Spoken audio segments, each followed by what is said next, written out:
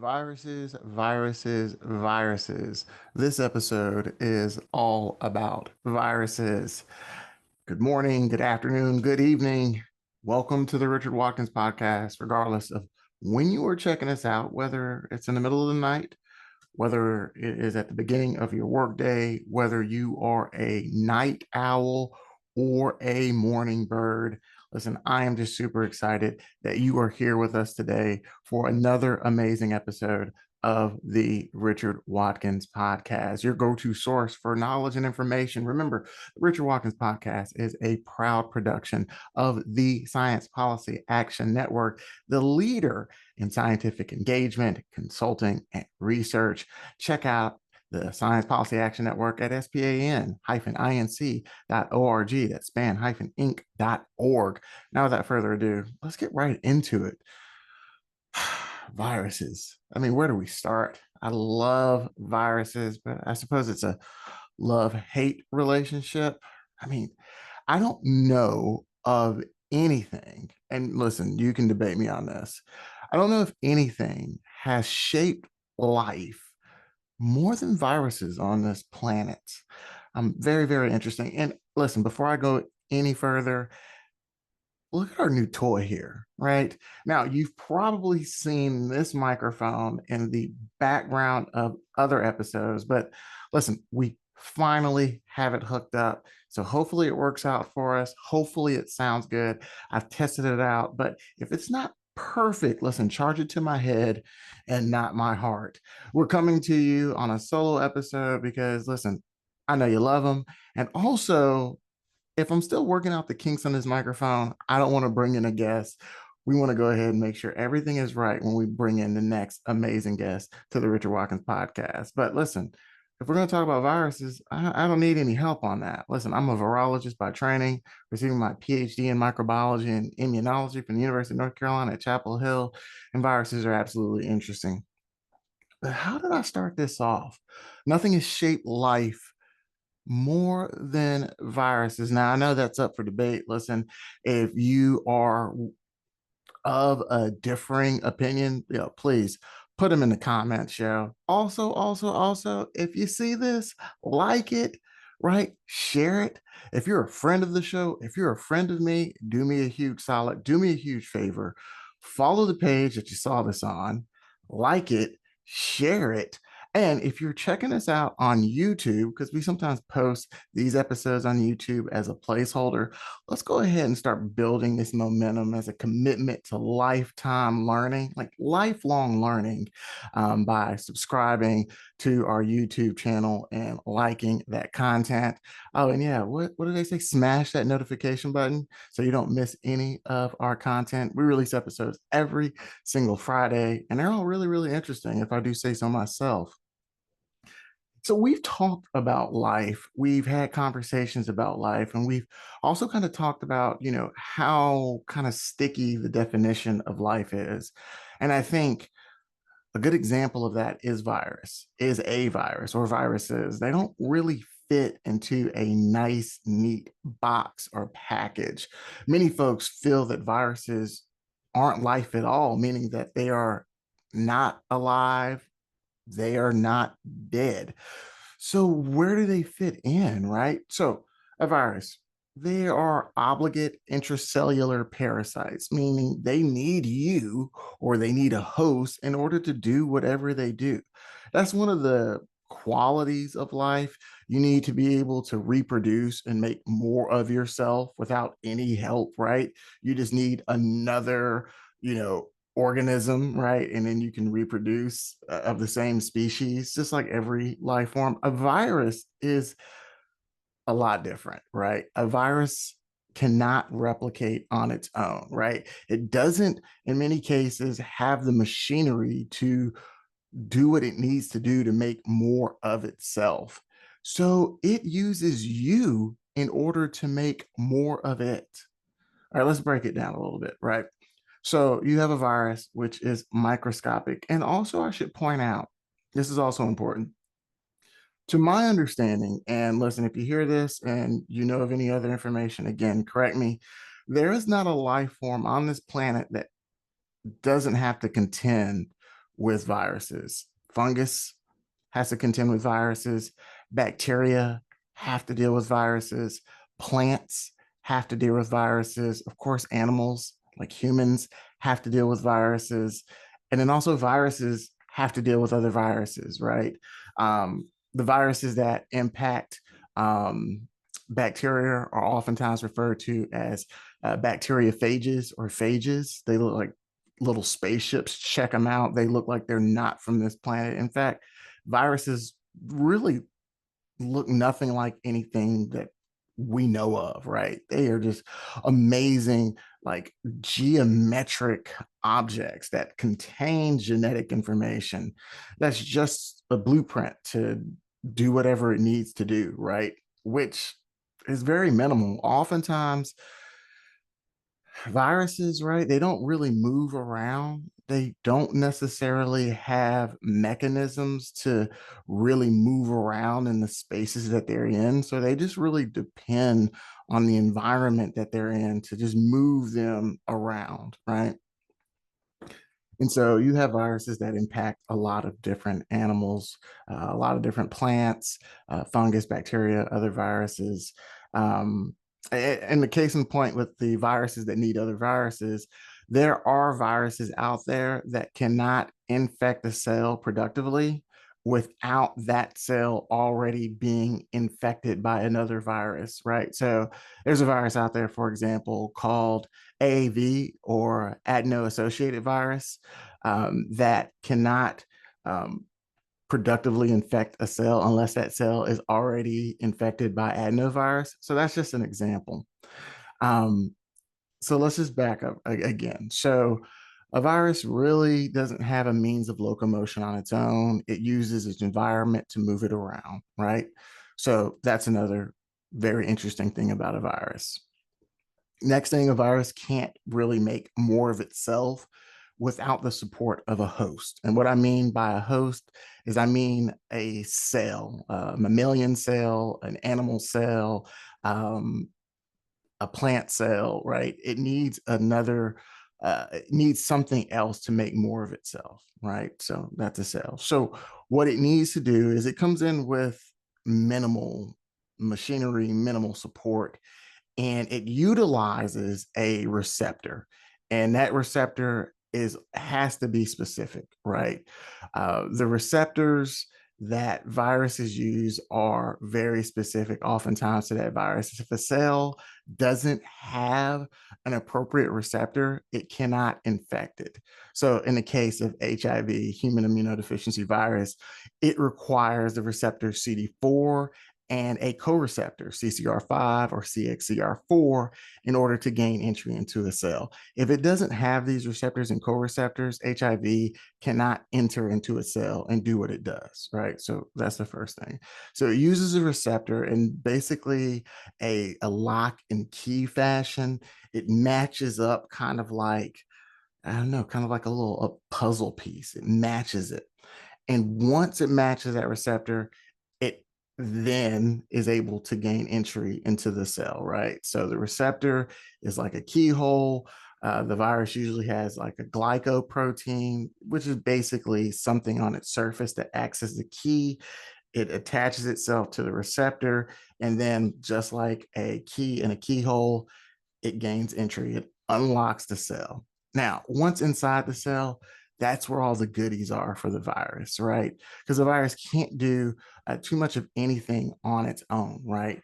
So it then utilizes the machinery of the host cell in order to make more of itself. So, in the case of a human cell and a virus that infects human cells, it turns the human cell into a virus factory. It turns the human cell into the virus factory. It uses the machinery of the human cell that would normally be used for a wide variety of cellular functions and repurposes and retools those pieces of the human cell to make more of itself, right? Whether it is the process of creating transcripts, which then create proteins and then assembles the virus and then traffics the virus to the surface to be released by the cell, or whether it uses the machinery to burst the cell open and then allow the virus to go all over the place and then infect neighboring cells. It uses the cell for its own purposes at this point. I mean, it is like very, very trippy. Like if you really think about it, a cell is just moving along, doing its own thing, and a virus comes along because it has the appropriate receptors, gain entry into the cell, and then turns that cell into a virus factory. And that's how viruses make more of itself. And if you think they're not good at it, think again. Remember how I said that there have been few things more important to life on this earth than viruses? Well, here's one thing that I mean by that, right? So, our definition of life is kind of strained by the existence of viruses, but also life and viruses, or I mean, that's the best way I can say it, they have always been in an arms race, right? An arms race that has lasted as long as life has been around, right? Viruses in life, right? The virus is always trying to figure out a way to enter a cell, repurpose a cell into a virus factory, and the cell is always trying to adapt new strategies to keep the virus from gaining entry and turning it into a virus factory, because the cell doesn't want to be a virus factory.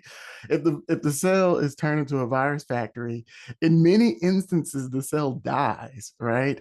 So it doesn't want that to happen. And not only does the cell die, oftentimes the animal or the organism that cell is a part of, it can become sick and it could also die. So it's not good for the cell. And so it has always been coming up with new ways to protect itself from virus. And as soon as it develops a strategy to protect itself from a virus, the virus adapts new strategies to circumvent those defenses. And so it has been an arms race that has existed as long as life itself, with humans and organisms developing defenses and the viruses developing strategies to get around those defenses. It has been absolutely remarkable. And in many cases, those defenses themselves are what is required for the virus to be successful.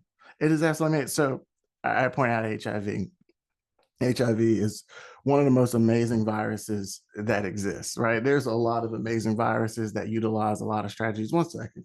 I'm rolling over cords of this new microphone setup. Like I'm struggling, y'all, so bear with me. There's a lot of amazing viruses. I think HIV is a really interesting one, for a wide variety of reasons. So HIV infection replicates within major components of the human immune system itself.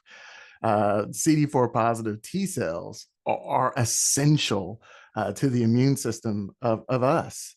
It absolutely essential. It orchestrates many functions of the immune system, and the virus infects those cells.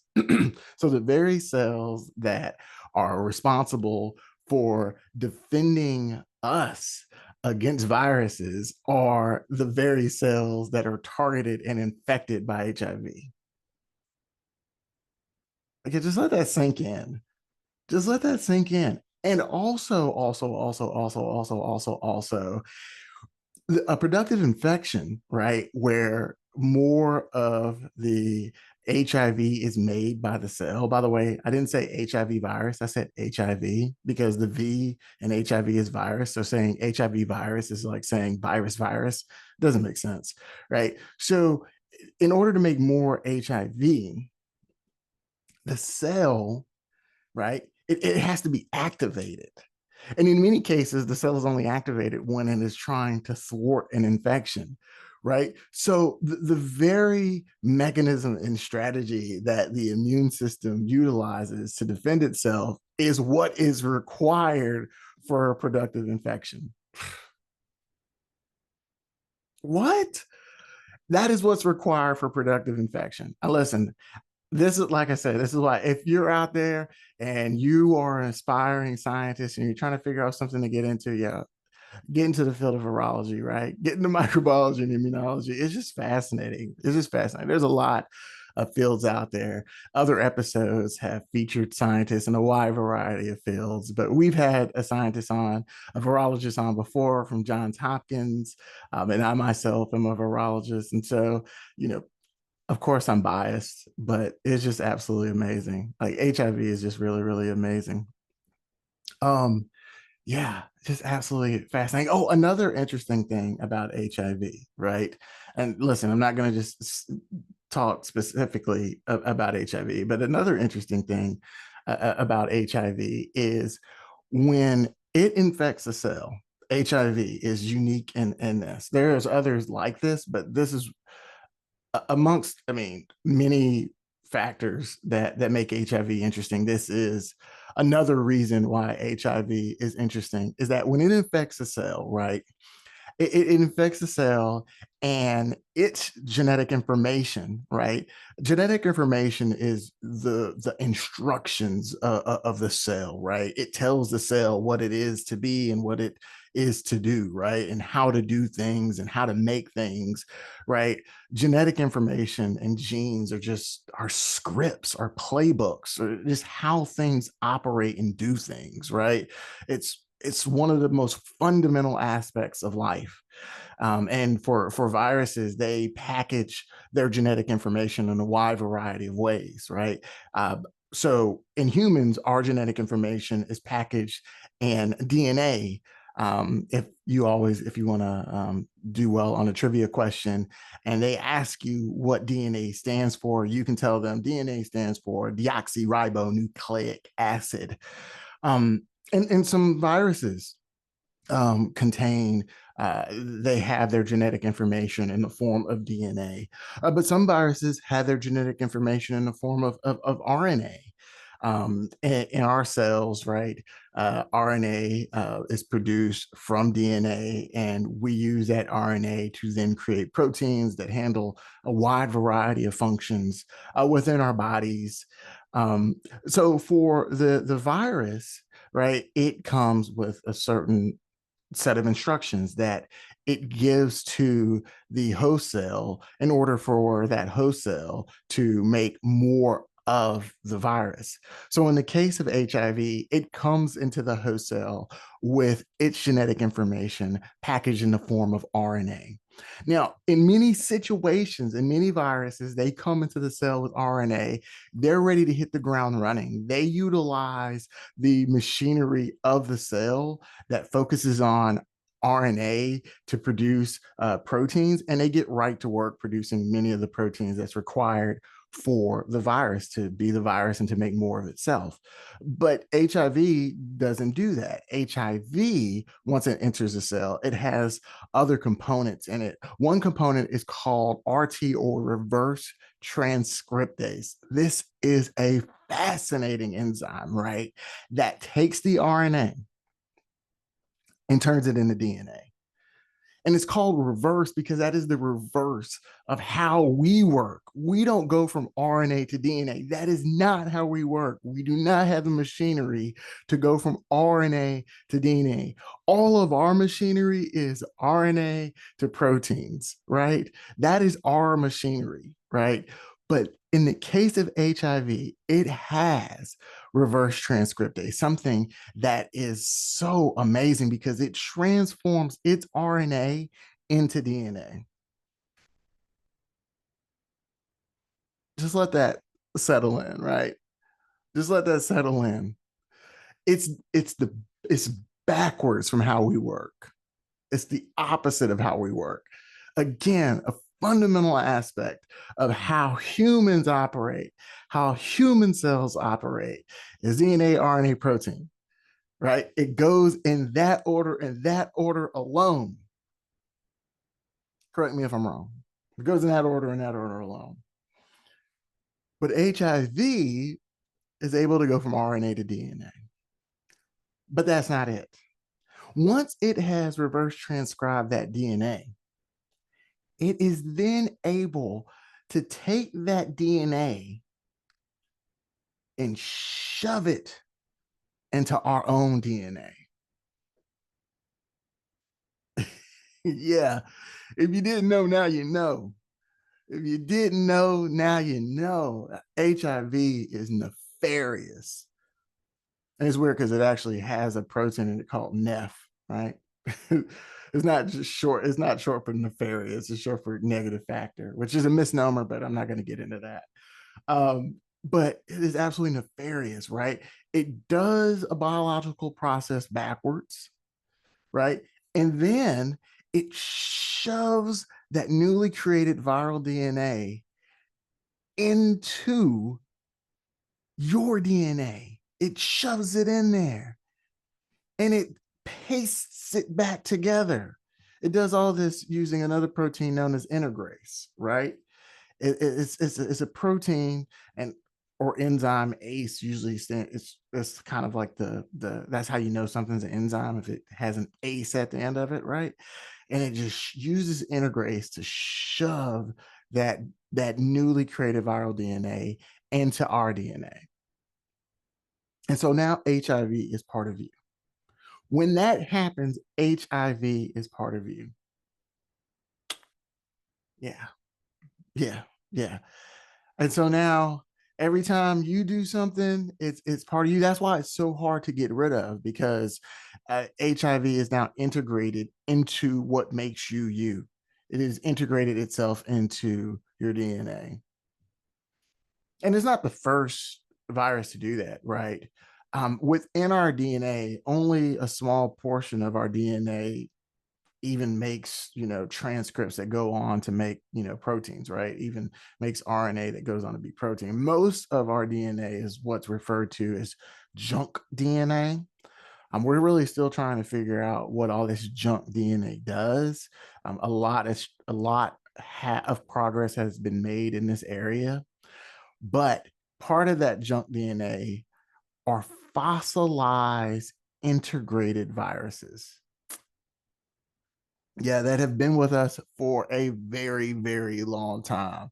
They don't even make new viruses anymore. They are just so part of us that they're referred to as endogenous retroviruses. Like they are just part of us now, right? So that retro element, that is where HIV falls into. It's what's known as a retrovirus, which is also a part of the family of lentiviruses.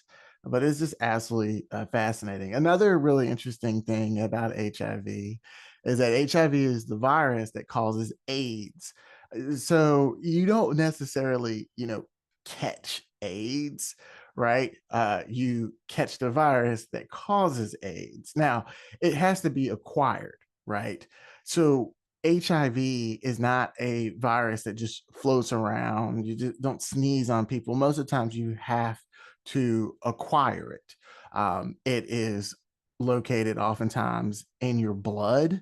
So you can acquire it through contact with blood that contains the virus. It is also contained in seminal fluid, and it is also contained in vaginal secretions, and is also contained in breast milk. And so these are all ways that somebody can acquire HIV. Someone can be born with HIV because the mother is HIV positive.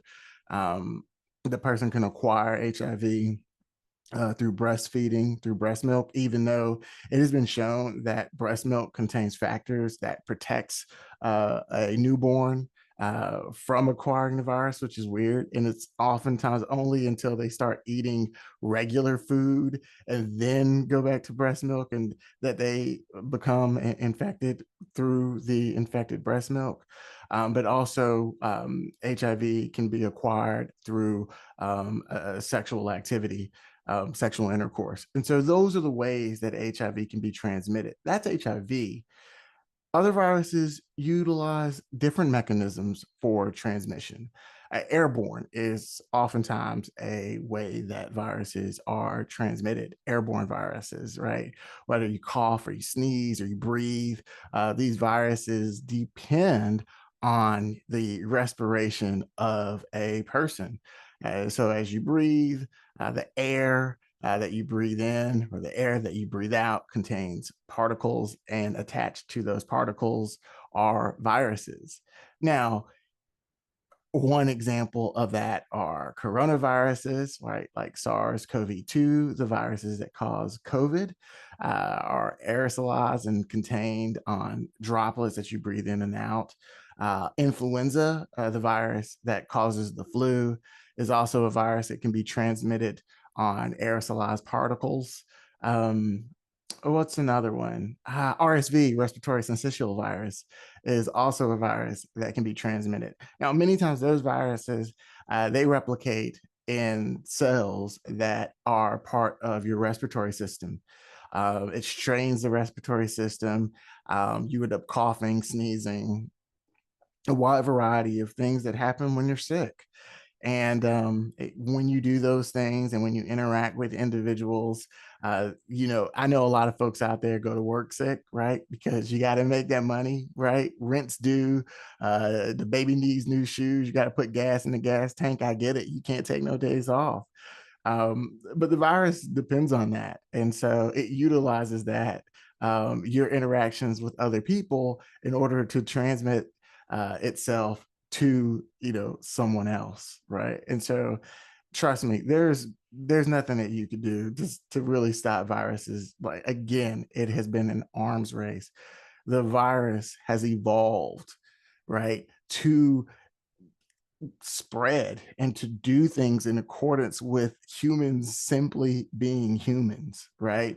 Viruses that affect other organisms, they've evolved to utilize the behavioral patterns or the behavior of other organisms, other animals, right? That's just how they do, right? And they change as you change. So that's just how it goes. That's just really, really how it goes. Now, we try to do some things, right, to prevent ourselves from infecting other people, right? When you're sick, what happens, right? You don't really feel good. Your body doesn't feel very good. And so you don't go out, you don't move around like you normally do. You stay at home, you stay in the bed, and that reduces the likelihood that you'll spread it to other people, right? Or that reduces the number of people that you interact with, right? That's just normal. You're not thinking that that's what you're doing, but that is in fact what you're doing, right? It's just a normal situation. When you are sick, you tend to not move around as much, right? You're not going to go to a party. You're sometimes not going to go to dinner, right? If you had tickets to a football game or a basketball game and you're not feeling good, you're going to stay at home. I mean, that's just what happens. You're not feeling good. Your body needs time to rest. You stay at home. Another thing that happens is when you're sick, you look sick, right? And people have developed a desire to stay away from people who look sick, right? That's just what happens, right? People who are sick, they have physical manifestations of that sickness, whether their nose turns red, whether their voice changes, their eyes turn red, they have crust in their eyes, right? Whether it's bleeding, whether it's development of ulcers or sores that are visible to the eye. We've developed over the course of human history a good eye for seeing when someone is sick. And so we stay away, and that reduces the interactions that non-infected people have with infected people. And so many viruses have, I guess, a strategy. I mean, I don't want to ascribe thought to viruses, but many viruses are able to be transmitted before symptoms are even visible. So you're feeling good, you're moving around, you're interacting with people because you don't even feel sick. And many viruses are able to be transmitted. For instance, HIV, for example, an individual can be infected with HIV for a very, very, very long time before they develop any symptoms associated with AIDS, acquired immunodeficiency syndrome, which is the disease caused by HIV. And so an individual that is transmitting the virus is doing so unknowingly because they don't have any symptoms whatsoever. And so that's just a really, really interesting thing. And so it's just really, really hard, right? The virus is so good at those things, and it really knows us better than we know ourselves. It knows our behavior, it knows what we do, because it has changed and grown along with us. Um, Another interesting virus, I think, is one of the most interesting viruses.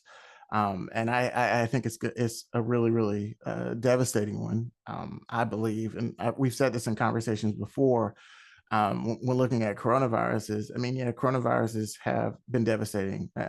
HIV has been really, really devastating. I mean, that's been huge. But also, influenza is a really interesting one, because influenza is a virus that is able to, go from animals to humans. Now, I know HIV has origins in non-human primates, whether it's the rhesus macaque, um, or the Pseudomangabee, in many situations, and your coronaviruses have origins in bats.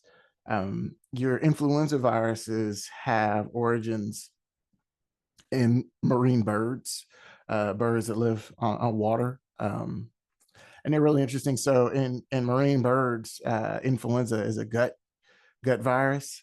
It infects and replicates in the gut of these birds, and so they're pooping out this virus. But in humans, it's respiratory, and so that's just a really interesting situation. I've always been just absolutely fascinated and like these viruses that are able to jump from one species to another, right? There are viruses that have zoonotic transmission, right? And that zoonotic transmission is like it comes from the animal and it enters into a person. And influenza is really interesting in that way. Another really interesting thing about influenza, in addition from it coming from marine birds into humans. And oftentimes there's an intermediate step, right? Where it like crosses over into pigs or to dogs or something like that. And oftentimes pigs are said to be like this mixing vessel where the pig is in close proximity with the human, but also proximity perhaps to birds. Yeah, and it requires the mutations necessary for uh, proper infection in humans. It becomes respiratory. But influenza, I mean, it just changes so quick. It just mutates so fast. It has a genome that's in pieces, as what is referred to as a segmented genome. And if two influenzas are able to infect a cell at the same time, then those segments can swap out, they can change over time. The genetic information of those segments change, and it's just really, really hard to keep up, and the immune system has a difficult time of keeping up with influenza because it's just bombarded with so many different types of influenza, and it's just really, really hard. And it will likely, be the case that we're going to have to deal with the influenza. That's going to be, devastating. And it wouldn't be the first time. Influenza, it hits us hard all the time. It hit us hard, around 1917, 1918. It just hit us really, really hard during that time. And at that time, we didn't even know what a virus was. Um, but yeah, it just hit us really, really hard. Individuals who came in contact with that virus, they didn't have an immune system, for it. And your immune system, it kind of works, like it adapts over time to what it's seeing. And in many situations, it gets better. And so when you come into contact with a virus, your immune system, it kind of gains experience. And so if it comes into contact with that same virus again, it does much better than it did the first time. It's like if you took a test one time and you've never seen it before, seen the material, um, you'll perform however you perform. But if you take that test again on that exact same material, you're going to see it again and you're going to do better on it. And that's how your immune system adapts over time. In many cases, it sees something, and then when it sees it again, it's much better. It has a memory where it remembers what it interacted with. And when it interacts with it again, it's just more prepared.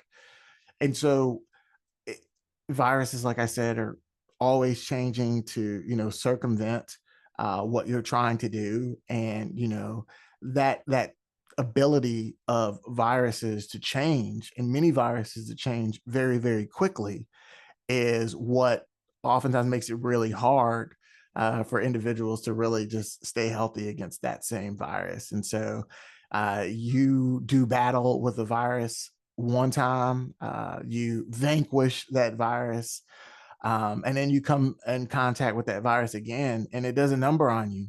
And it's sometimes because that virus has changed. And though you dealt with it before, you're just not able to recognize it and mount a rapid response, because the changes that have been made in that virus really made it so that, like, you didn't have the answers on that test. For those kids out there who take notes, right, in class, and the test comes and the test has things like you were not prepared for. Like, that's just how that is, right? And so you're just not prepared for it. And so, yeah, it's just really, really just good in that way. And by the way, that's kind of the philosophy of, vaccines, right? The philosophy is vaccines is like, hey, we're going to give your immune system a study guide, so you don't ever have to take the test without having seen the material before. So vaccines are study guides for your immune system. So you get vaccinated, you take a vaccine, it provides your immune system with a study guide, right? It's like your professor saying, hey, this is what you're going to see on the test. And so your immune system knows what it's going to see on the test. And so when it gets tested by a virus, it works wonders, right? It has the answer key, it has the answers to the test, it is studied, it is prepared. And so when that virus comes along, no, there's antibodies in place, there are a lot of mechanisms in place, we know what we're expecting now, our immune system knows what to expect, and it does its thing, it does its job. And so, yeah, that's the philosophy of vaccines. I think probably the earliest vaccine, and you all correct me if I'm wrong, uh, it was, I think it was put forth by, how was it, Jenner? I do think it was Jenner. Hold on one second. I'm gonna look this up. I believe it was Jenner. Let's see. Yeah, I believe it was Jenner. Jenner, the first vaccine, and I'll tell you here in a little bit. Yeah, yes, Edward Jenner, right? He created the first vaccine. Any historians out there, and basically, please, I urge everybody to be a historian. History is absolutely fascinating, and it's always slightly different than what you thought it was, right? The more you dig, the more you realize, like, wait, what? All right, so Edward Jenner was an English scientist or a physician. Back in those days, like, you could be both and stuff like that. But you can be a physician and a scientist today too. Um, but he was dealing with what a lot of people at that time were dealing with, and if, like I said, if you study history of the Americas specifically, you're familiar with smallpox, right? Smallpox devastated people and populations. It killed so many people. And so Jenner, I believe the story goes, noticed that milk maidens, or people who, I guess, they worked on to collect milk from cows or goats or whatever. I think cows specifically. They would develop like blisters on their hands and so on and so forth. And so they were noticeable, right? So you oftentimes knew milk maidens because they had blisters. I think it was like, the mark of the trade, right? Milk maidens had blisters. And so it was easy to identify those people. And I think people began to notice, and Edward Jenner was included in those people, that milk maidens don't seem to die from smallpox. Like, smallpox kills everybody else, but for some reason they don't kill milkmaidens. I don't know what's up with that. And so I believe he then assumed that there was something unique about milkmaidens that protected them from, dying from smallpox. And I believe at that time I think he thought it was like something to do with their blisters or something in those blisters. So let's see if I'm telling the story correctly. Let's see.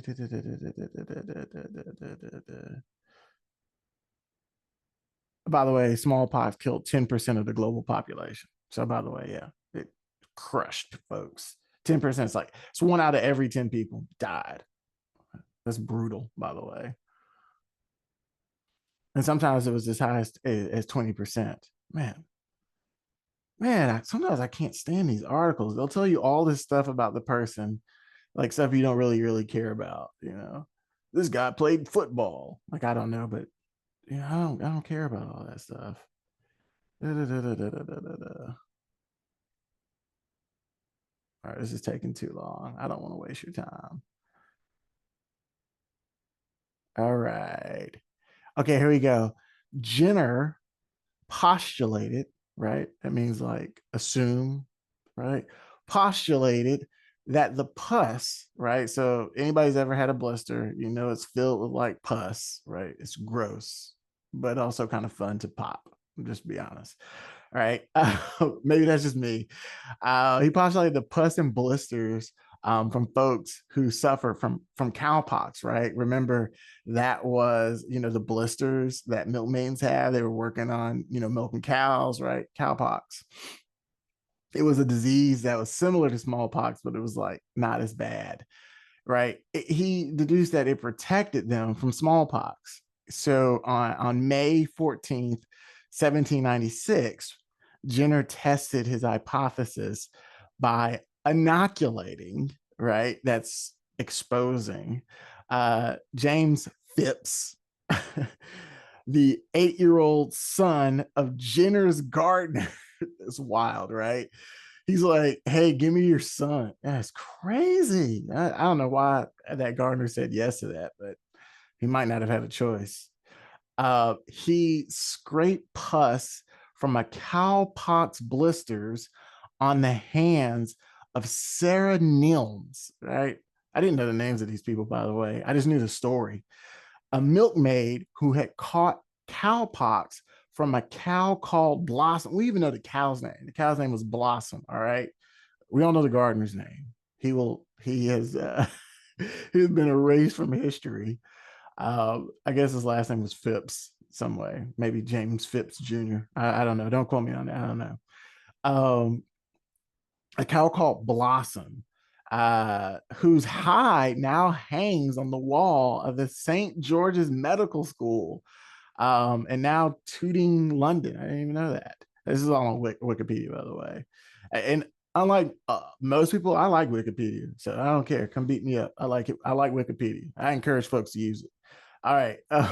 Phipps was 17th case described Jenner's first paper on vaccinations. Jenner inoculated Phipps in both arms that day. This led to a fever, some uneasiness, but no full-blown infection. Later, Jenner injected Phipps with virologist material. Hold on, what is virologist material? A method of inoculation first used to immunize individuals from smallpox, material taken from a patient who recently variolated. They are terrible at explaining this. Infection result. All right, let's go back. Because I'm going to stop reading here and just explain what happened. The routine method of immunization at that time, and again, no disease followed. The boy was later challenged with varolous material again and showed no signs of infection.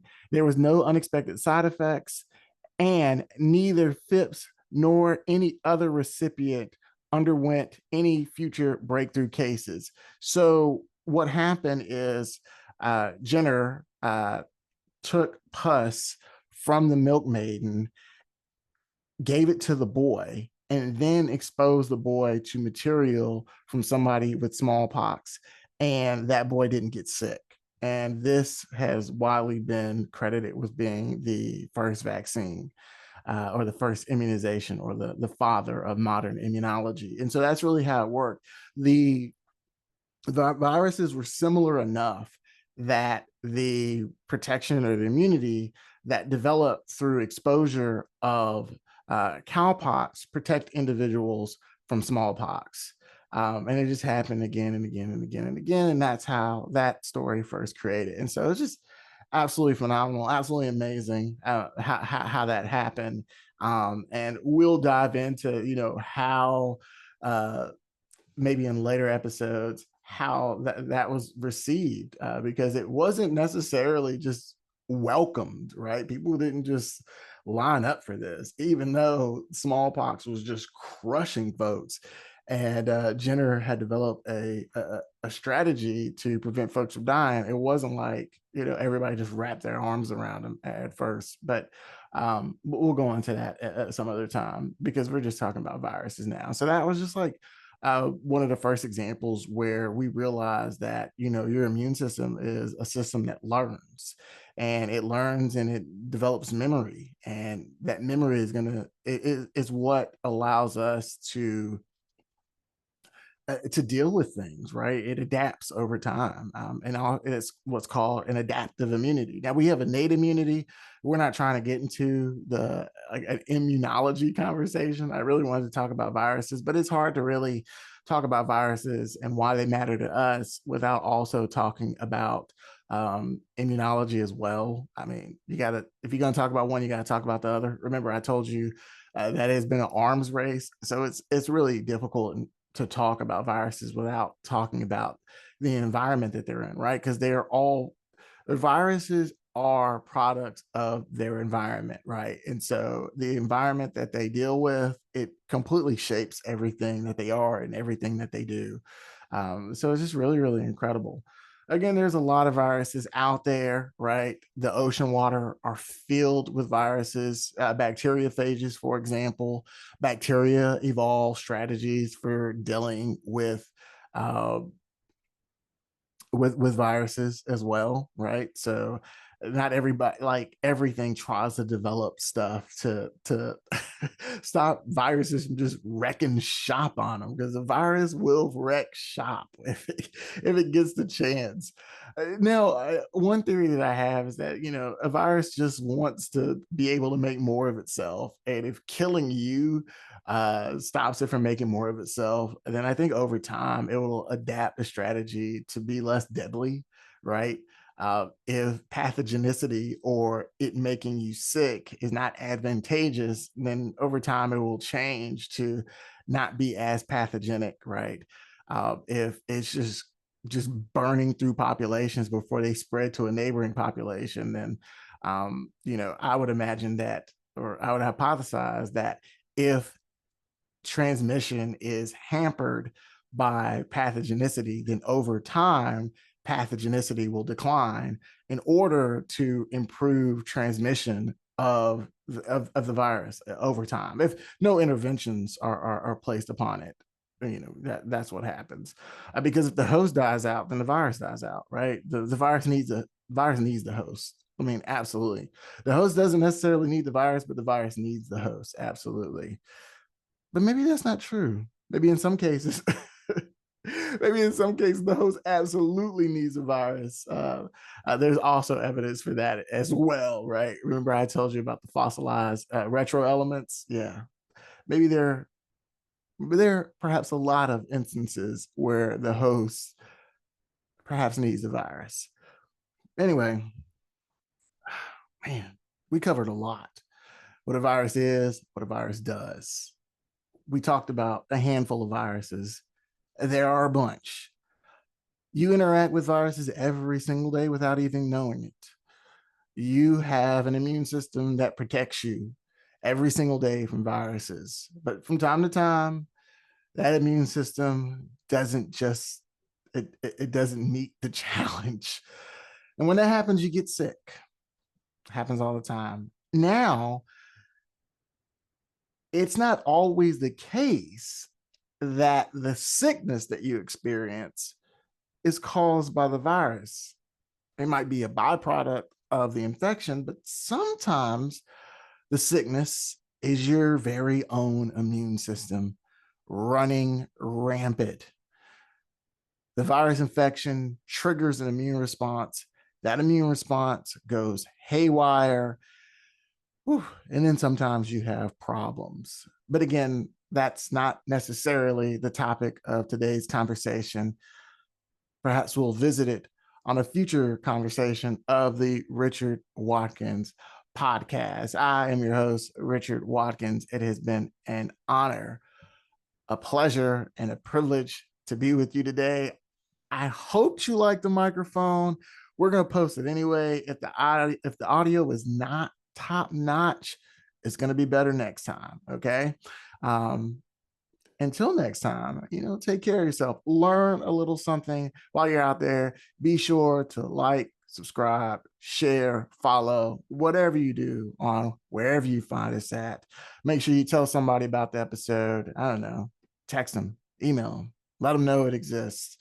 And if you like this episode, you should check out other episodes. We cover topics from artificial intelligence to how government works, to severe weather, how to listen to meteorological predictions. Yeah, that word was hard to get out. Maybe I ought to do linguistics at some point. We cover a lot of topics. If there's a topic that we haven't covered that you are interested in, make sure to get in contact with us. Our contact information is located on our website. Remember, the Richard Watkins Podcast is a proud production of the Science Policy Action Network. Find out more information about SPAN at span-inc.org.